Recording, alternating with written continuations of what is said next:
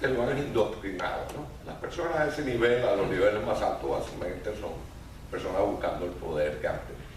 Pero la pregunta se la voy a hacer a ustedes dos, y usted, señorita, si puedo también.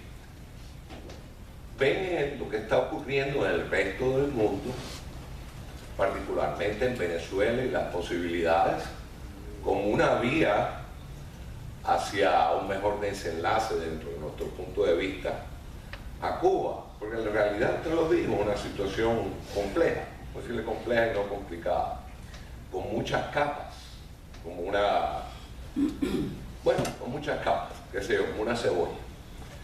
De ahí, hablando realpolitik, no pudiese traernos un desenlace y una transición feliz para Cuba. A lo mejor, ¿lo visualizan o no?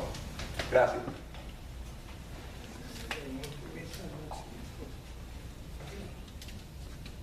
¿Cómo es su nombre? Randy Spinetta. Mucho gusto y gracias por el hablar. Se oye. Piropo merecido. Mira, ¿verdad? ¿Se oye? No. Pero no importa, yo hablo alto. ¿Me escuchan? Sí. Mire, usted habló de la pobreza y él mencionó el socialismo del siglo XXI.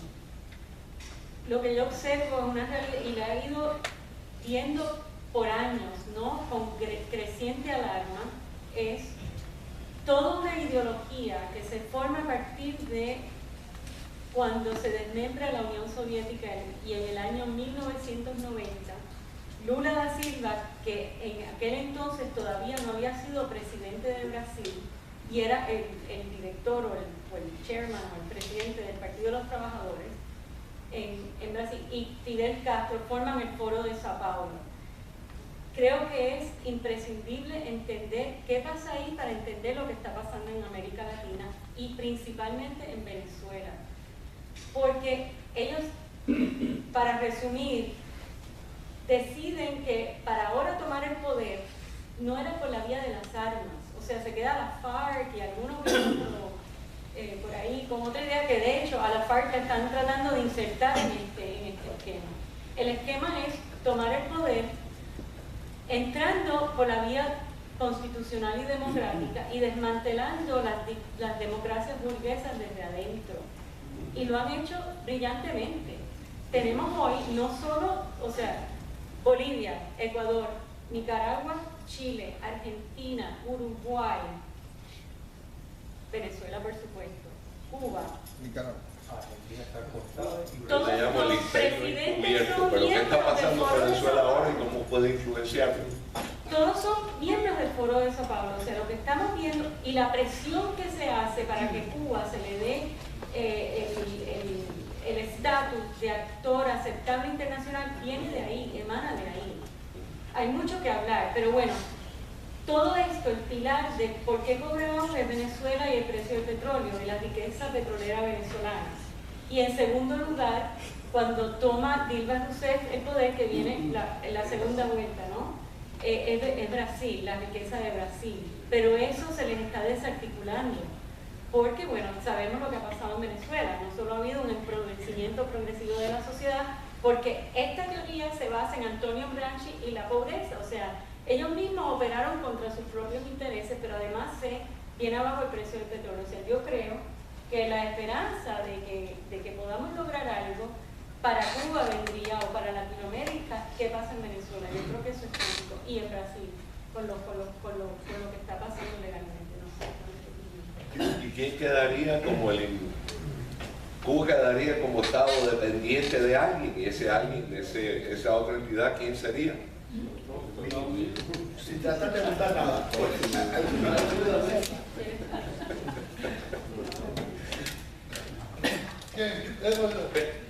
es para contestarle a que conteste y después va después.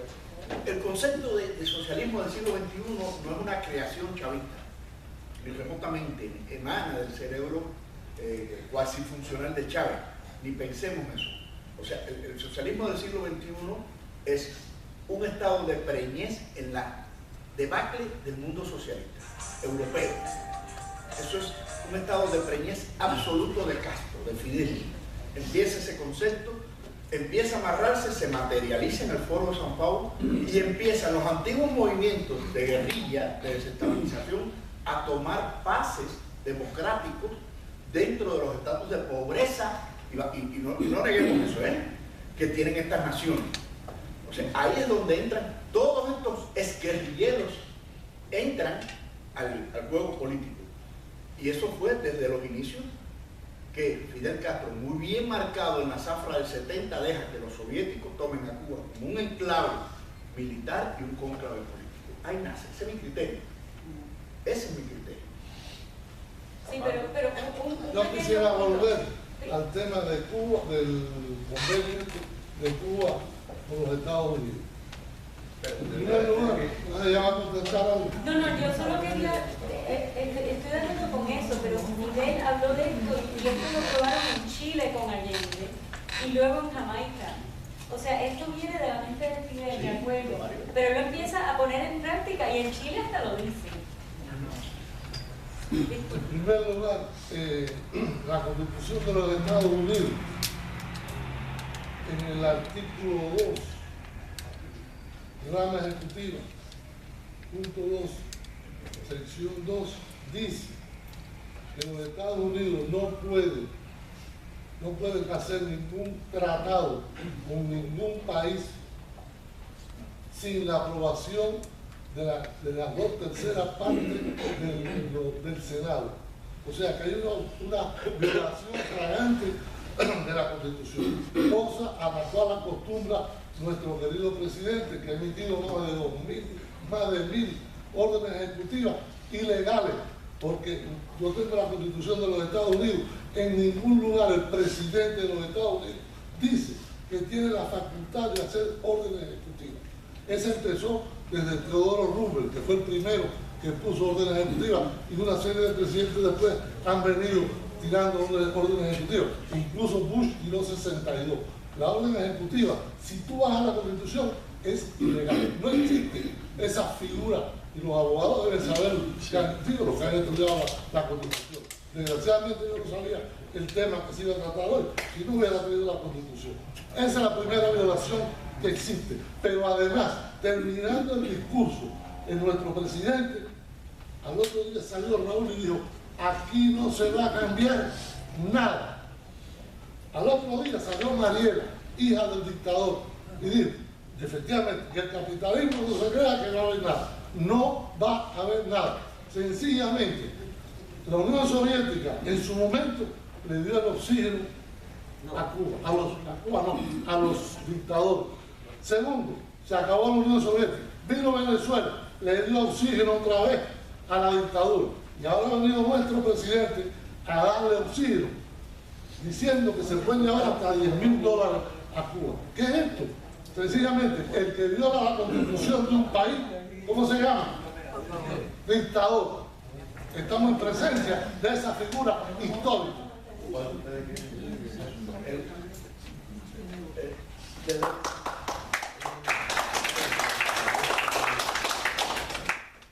Es indiscutible lo que usted dice, desde el punto de vista constitucional en los Estados Unidos, que hay que pasar por ahí. Obvio, últimamente se están haciendo determinados manejos y confunden el tratado con acuerdo. Mayormente, y ahí viene el problema. Ahí es donde viene el desliz. Y eso se está viendo. Netanyahu no está por gusto.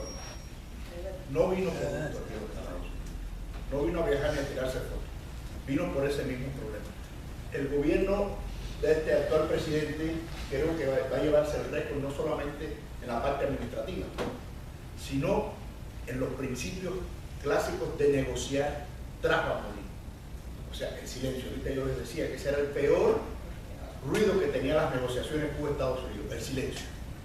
Y es así, usted tiene toda la razón, eso es indiscutible.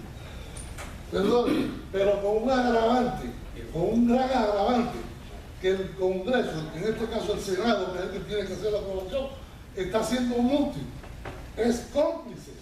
Igual que en Cuba, que aquello no funciona, el Congreso está parcializado totalmente, igual está haciendo el Senado aquí, que está callado. Nadie dice nada, ni se opone. Incluso la prensa tampoco está hablando. Y están haciendo una cosa incorrecta.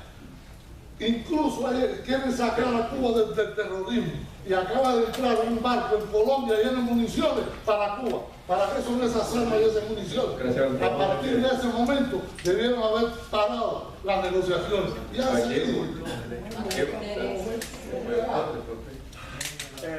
excelentes presentaciones los dos. Una pregunta a cada uno. María, ¿tú nos puedes dar los últimos datos de las muertes bajo este régimen y también las que encontraron bajo Batista, que yo no sabía que... Espérate, para hacerle a Pablo, entonces tú le contestas. Y Pablo, tú le puedes informar a la audiencia sobre que Cuba tiene dinero de recontrasobra para pagarle en efectivo a Estados Unidos por todas las compras que quiera, sin crédito. ¿Y para qué quiere el crédito? Ya tú lo dijiste, pero detállalo un poquito más en el sentido, porque eso la gente no lo sabe, que ellos tienen dinero de sobra y siempre lo han tenido.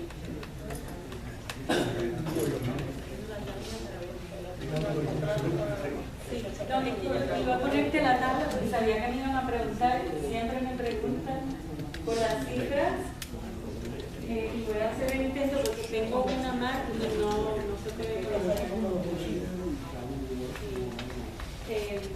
pero mientras él me lo busca,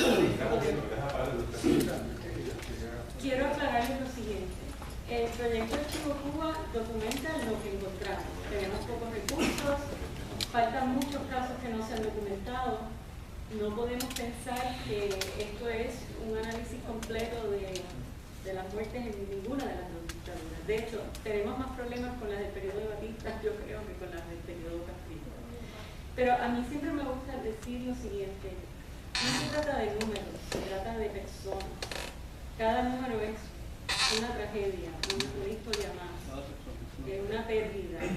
Y les pido por favor que vayan a nuestra página, que en español es archivocuba.org, en inglés es cubaarchive.org. Ahí hay muchos casos que se han diseñado con fotos, con la historia de pérdida que está detrás de cada caso, ¿no? Y que en la medida de lo posible nos ayuden si saben de algunos casos. Aunque aparezca en una base de datos, todos pueden entrarse, acceder a ella. A ver, ¿dónde está el nivel flashlight?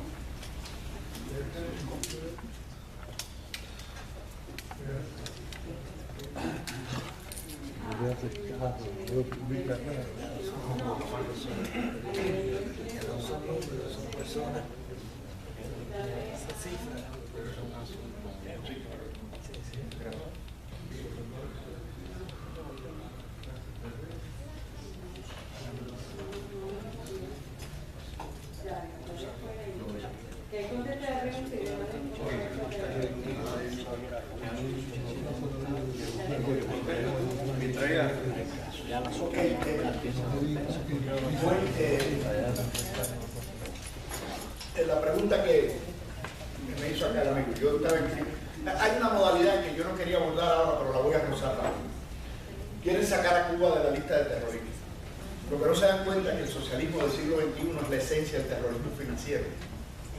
Los millones de billones de dólares que tienen en arcas corruptas no lo levanta la FED de los Estados Unidos. O sea, el socialismo del siglo XXI tiene la capacidad financiera de sostener por años los embastes de la competencia económica. Ya no importa el precio del petróleo, no importa los commodities, cualquiera de ellos, petróleo, oro, no importa. Miles de billones de dólares tienen en arcas cerradas y con dinero se compra el cambio, desgraciadamente. Y ese es el terrorismo financiero que se mueve hoy. ¿Qué ocurre? Que ya no es el mero hecho de tener 3 o 4 bancos a favor de operaciones con países en la lista. La tipología que hacemos nosotros, los humanos, nada tiene que ver con la realidad que tienen hoy por hoy el gobierno de Cuba y esos llamados del siglo XXI y otros. Solamente en la banca de Andorra se entraron más de 2.400 millones de dólares en depósitos. Yo trabajo con colegas míos, abogados panameños, viajo mucho a Panamá. y aquello está lleno de panameños de Chávez. Déjamelo decir, y aquí también, para no decir en lugares ya, y aquí igual. ¿Por qué? Porque es dinero. Es el Estado moderno ahora, terrorismo financiero. Y existe. Y existe. El caballero, el Monzón. Mi nombre es Juan Francisco Monzón, Oviedo. Yo más que una pregunta voy a hacer un comentario. Yo vine a este evento motivado por la información que salió, que se iba a tratar el estado actual de estas relaciones del gobierno de Cuba y Estados Unidos a la luz de la ética martiana. Fue así, salió así en el periódico. Yo soy un estudioso, José Martí, por ser estudioso José Martí, hace 20 años exactamente fundé un grupo político en Cuba llamado Partido Demócrata Martiano, que lo inscribí, lo llevé, lo presenté la inscripción en el Departamento de Organizaciones No Gubernamentales del Ministerio de Justicia. Nunca me dieron respuesta, ni sí ni no. Fue uno de los grupos activos del Concilio Cubano y considero que un faro ético o una luz ética para todas las generaciones de cubanos son precisamente los principios éticos de José Martí. Algo que nos puede dar luz, nos puede servir de guía ante situaciones tan escabrosas y complicadas como las que existen en estos momentos, y algo que nos puede ayudar a ser un poco más racional y menos emocional a la hora de evaluar o manifestarnos ante una situación política, económica en torno a nuestra país. Yo no puedo, por mucho me imagino, sentir el dolor y todos los atropellos que tienen muchos de los aquí presentes, de los que fueron maltratados, atropellados, les fusilaron familiares en Cuba, les quitaron todo y todos los vejámenes. Yo llevo 15 años. Yo era un niño, guajiro, pobre, semi-analfabeto cuando triunfó Fidel, y como la inmensa mayoría de mi generación, participamos, apoyamos todo esto. Hasta que llegó un momento que por precisamente la formación científica, profesional, el conocimiento de lo que nos llegaba por la ventana del mundo, fundamentalmente por radio y televisión Martí, por radio Martí, con la televisión Martí, fuimos entendiendo y comprendiendo toda una serie de contradicciones y toda una serie de problemas.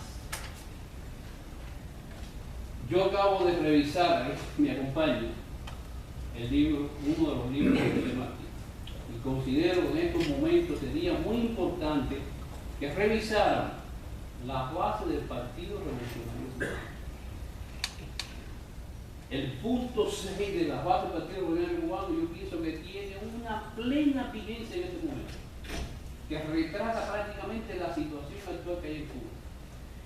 Y en el orden práctico, en lo que podamos hacer aquí, en los Estados Unidos, la comunidad cubana, por las facultades que tiene ante la política de los Estados Unidos, los que más pueden hacer son nuestros representantes federales, los 2 senadores y los 6 representantes. Entonces, yo pienso que este tipo de eventos sería muy bueno que tratar de que en algún momento pudieran asistir algunos de estos representantes, y siempre que no puedan asistir, tratar de hacerle llegar las conclusiones de este tipo de eventos, para que se nutran de las principales ideas y cuestiones que se traten en este evento.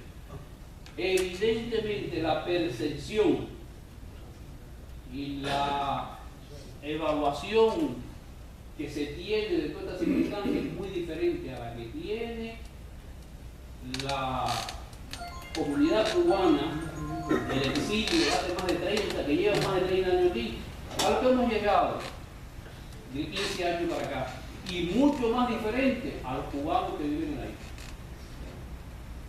Entonces, les decía que era difícil, que es algo... ¿Quién se podía imaginar?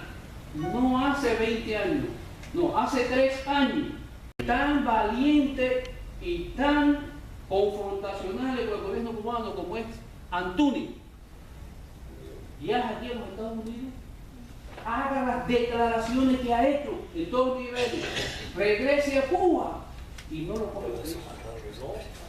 Le partieron la cabeza, pero no se la partieron. Señor, eso se lo partieron hace 20 años. Ahora mismo, la represión sigue peor en Cuba. Mire, cualquiera de los que están aquí, por haber hecho mucho menos, y jamás, si venía, no regresaba.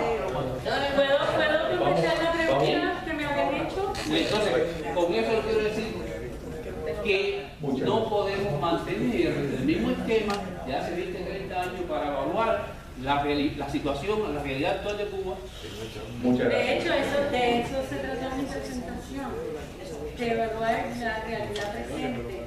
Y este proyecto Archivo Cuba, nada más que una de las cosas que yo hago, está contabilizando las muertes hoy día. Esto no es un problema histórico, esto no es un problema de hace 50 años cuando fusilaban o cuando fusilaron hasta los 60 y pico, los 70, los 80. Esto es un problema hoy día está muriendo gente en las cárceles de Cuba, olvidados, porque ni tan siquiera se les considera presos políticos, aunque lo son. En Cuba hay aproximadamente 5.000 personas sirviendo por peligrosidad social predelictiva. Eso es una aberración, eso es un preso político, no de conciencia.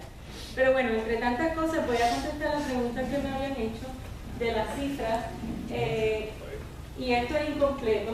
El régimen de Batista, la mayor parte de esas muertes ahí, nunca el gobierno cubano ha hecho una lista que se pueda verificar, y cada vez que yo reviso la lista sigo sacando casos que son inventos, fabricaciones o duplicados. Hay cosas que no tengo tiempo de explicar. Y el régimen de Castro, a ver, aquí están las cifras de muertes documentadas de la mejor manera posible. Estamos haciendo una revisión de la base de datos para que se pueda saber el tipo de fuente de la cual provienen y el grado de veracidad. Ahí están, pero están en el portal y les invito a chequear. El caballero, la señora.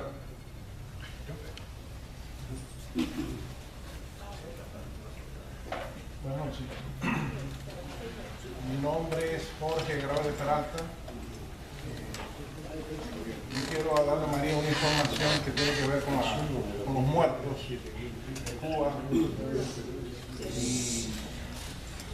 y preguntarle qué pudimos hacer de lo que usted dijo, de tratar de averiguar mejor al adversario para tratar de doblegarlo, ¿no? No solamente de quejarme de lo que él está haciendo, sino yo quisiera doblegarlo y lograr la libertad de Cuba. Dar un pasito más para allá. Pero la información que les quiero dar es que además en las cárceles de Cuba están muriendo y algunos se están ahogando más en el centro de la Florida. Hace ya cerca de 18, 19 años, nosotros tenemos en Cuba un muro de Berlín, una fabricación de concreto, no es una metáfora lo que estoy hablando, una construcción de concreto física con los mismos objetivos y con los mismos fines que el muro de Berlín en Alemania. Les aseguro que eso es bastante bien desconocido. A todo el mundo yo le hablo, no, y se puede ver, todos lo podemos ver con nuestros propios ojos, no solamente que yo se lo estoy diciendo. Pueden ir con Google Earth y como es una construcción de concreto la pueden ver. Es un muro que pasa de Caimanera a Boquerón a través de la bahía.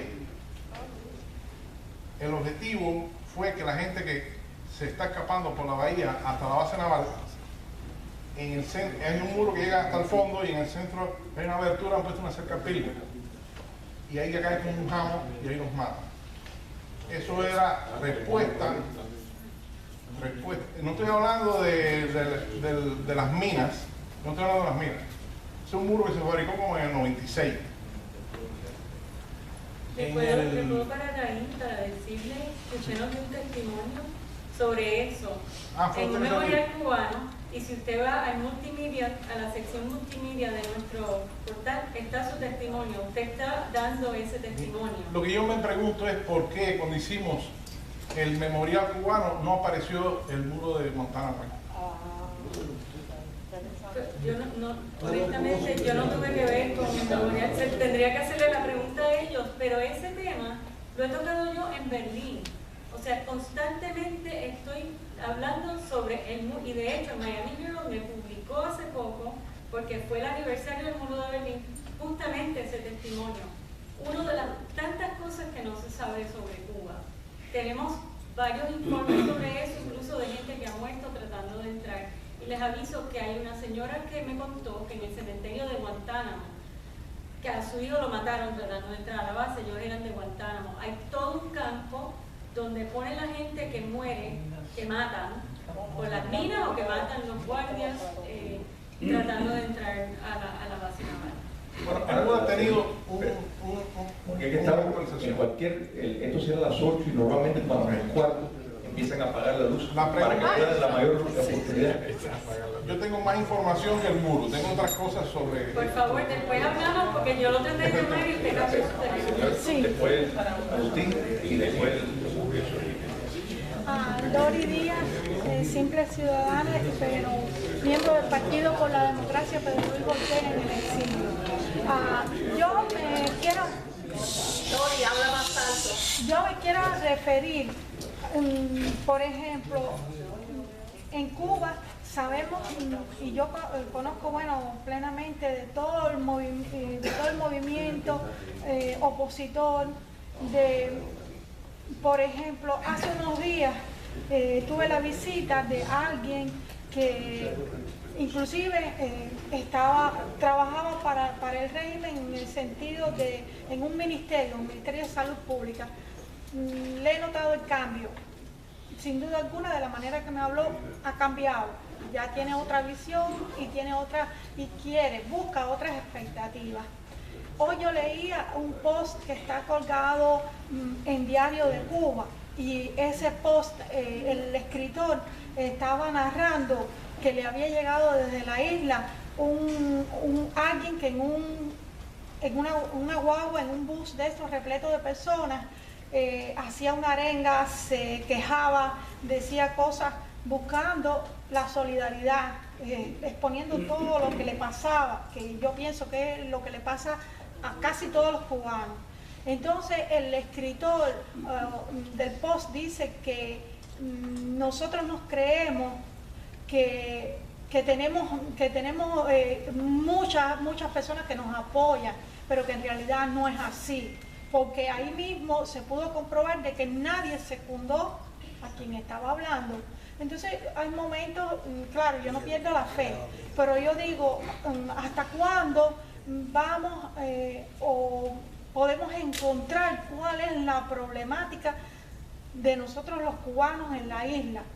Porque hay un terror, pero hay cosas que también hay que esperar, que también hayan protestas, que sea la protesta masiva, porque sí, sabemos de muchos opositores y la gente de mi partido que se la juegan domingo tras domingo ahí en Matanzas y le dan paliza, y otros más que conocemos, los que salen en las noticias, pero esa confluencia, lo que estamos esperando de que el pueblo ya masivamente, lo que pasa en Venezuela, nosotros nunca hemos tenido una protesta como ha habido en Venezuela.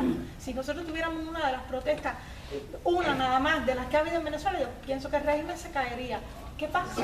Yo no acabo de entender eso.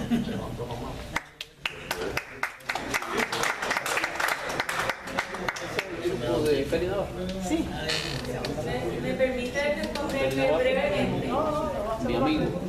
Miren, en Cuba hay protestas y se reciben los informes a través de los años y por distintas partes, pero hay una policía entrenada para apagar esas protestas muy rápidamente. Ya están entrenando en Venezuela. Y entonces, o sea, ¿qué es lo que pasa? Hay un régimen que tiene un sistema cuando ya la represión vive dentro de la cabeza de la gente, o sea, y el que no le funciona, pues hay unas tropas especiales, hay todo un aparataje para apagar quisiera preguntar, escuché por aquí explicaciones donde se muestra a un Obama tirano por la toma de decisiones que está haciendo en contra de la Constitución.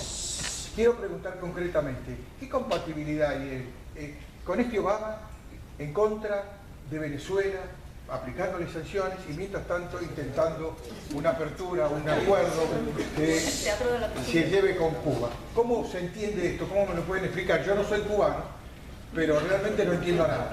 Ese cubano, Obama, ¿es el mismo Obama o hay dos Obama? ¿Cómo es el tema? Muchos cubanos también están en la misma. Yo considero Pablo que... lo puede explicar. Pablo lo puede explicar. Gracias, pero esto voy atrás. De los gobiernos nada debe asustar. Desgraciadamente la sabiduría es un activo bastante escaso en este mundo moderno y no todos los gobiernos lo poseen. Hay una realidad muy concreta. Obama tuvo que dar un paso desenfrenado por un problema de seguridad nacional respecto a lo que estaba ocurriendo, no las pateaduras en Venezuela, no, sino la situación real del poderío venezolano fuera de los cánones públicos de un gobierno. Por eso Obama rápido ataca a un grupo de personas que controlan ese poder, pueden crear gobiernos aparte y evita, pienso yo, que con ellos se llegue a un golpe de Estado de izquierda, que es lo que se puede mover más rápido en Venezuela. Esto con Cuba es algo más pasivo, es decir, Venezuela respecto a Cuba es el control cubano respecto a Venezuela, eso está claro, pero Cuba no votó en las arcas venezolanas por Chávez, o sea, los cubanos no fueron a votar a Venezuela en las primeras elecciones, ni Caldera se reunió con Fidel para ponerle la izquierda para que soltara a Chávez. Vamos a estar claros en eso. Son dos cosas muy visibles. Ahora bien, Venezuela, como decía acá, si en Cuba hay 17 protestas de eso, no va a haber muchachos muertos, van a haber muchos muchachos muertos. El nivel de represión que tiene Cuba, instantáneo no lo tiene Venezuela. Venezuela por lo menos tiene todavía ápice de cultura democrática, de expresión, petición y queja. En Cuba no. En Cuba no. En Cuba uno puede decir las cosas una vez. La segunda está en peligro. Pensar en voz alta, sí. Hoy en Cuba se piensa en voz alta. Bastante, por suerte. Ahora, Obama tenía que tomar una decisión respecto a seguridad nacional de Estados Unidos que no es común. Y esa fue la medida que él toma. Ese es mi criterio. Él se lanza de un bando que le falla. Él no pensaba que Venezuela iba a explotar en tan poco tiempo. Ese es mi criterio. Él se acomodó un poco, miró hacia abajo, decir, déjame ver hacia dónde miro, del río Bravo a la Patagonia, miró un poco a Cuba y dijo, este es el efecto más renombrado. Piensen que Obama políticamente no le queda nada. El año que viene, pura elección. Pero Venezuela sí le representó de golpe un problema difícil. Y es que una gran masa de dinero, se llaman dólares norteamericanos, está bajo el control de la nueva izquierda americana, o sea, latinoamericana, ese grupo del río Bravo a la Patagonia. Ojo con eso. Tienen la capacidad. Puede desaparecer Venezuela, pueden subsidiar todavía compras millonarias de petróleo a México.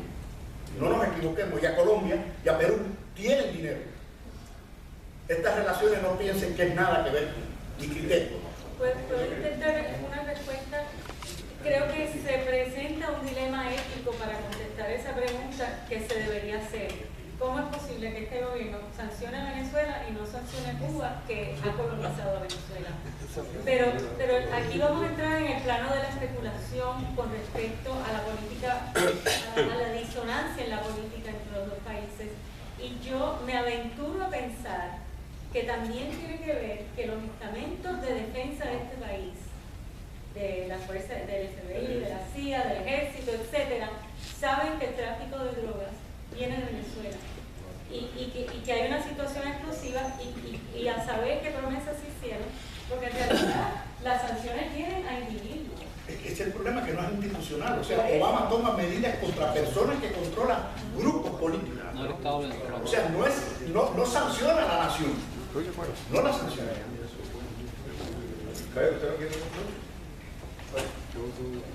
¿Y otra cosa? Vamos a tratar de hacer rápido. Haga la pregunta. Yo quiero presentarme primero. Mi nombre es Joyce García Martínez, criollo liberal en internet. Llevo 30 días en Estados Unidos y desde el año 2000 en mi país ya me cayeron a no poder tener trabajo, no poder tener nada. Estoy rápido. Le agradezco a Lori porque la acogida que me ha dado en su casa como familia y encantado con todos ustedes. Quiero hacerle un regalo a Archivo Cuba de más de 200 videos que tengo que pude grabar a troncos de palo y a sacrificios que los están puestos en Criollos Liberales en mi Facebook. Se lo quiero regalar para que lo tenga ahí, que una vez fui a Colonia invitado por la Fundación La Valesa y vi allí un edificio como el que quiero ver Archivo Cuba. Muchas gracias. La otra pregunta. Mi nombre es José Ruiz James. Una pregunta a la muchacha le quisiera hacer y una observación. Yo creo que es absolutamente absurdo que en estos momentos se habla de las muertes de Batista, qué sé yo qué. Yo estaba en la universidad, yo trabajé en contra del gobierno de Batista, pero yo soy de La Habana. Pero es absurdo hablar de las muertes de Batista. En 7 años Batista fue mínimo lo que hizo. Batista tuvo un error, querer que lo quisieran, y más nada, al lado de esa sanguinaria dictadura de locos que han matado miles de personas y han obligado a morirse a otros miles. Ese es un punto de lo que quiero. Me parece que es absurdo hablar de nada, de la cosa mala de Batista. No. Otra cosa que creo es, yo soy tanto cubano como americano. Mi padre es cubano, mi madre es norteamericana, yo nací aquí, etc. Yo creo que gran parte de la cosa de Cuba está ligada a este país, que tenemos que abroquelarnos, ser fuertes e intentar hacer que esta gente reaccione y se ponga a nuestro lado. No por lástima, ¿no?, sino por habilidades políticas. Esas han sido mis... ¿Seguro? ¿Saben cuántas cárceles hay en Cuba? Antes había 15, ahora hay 545 llenas de presos. Esa es la diferencia. Bueno, muchas gracias a todos.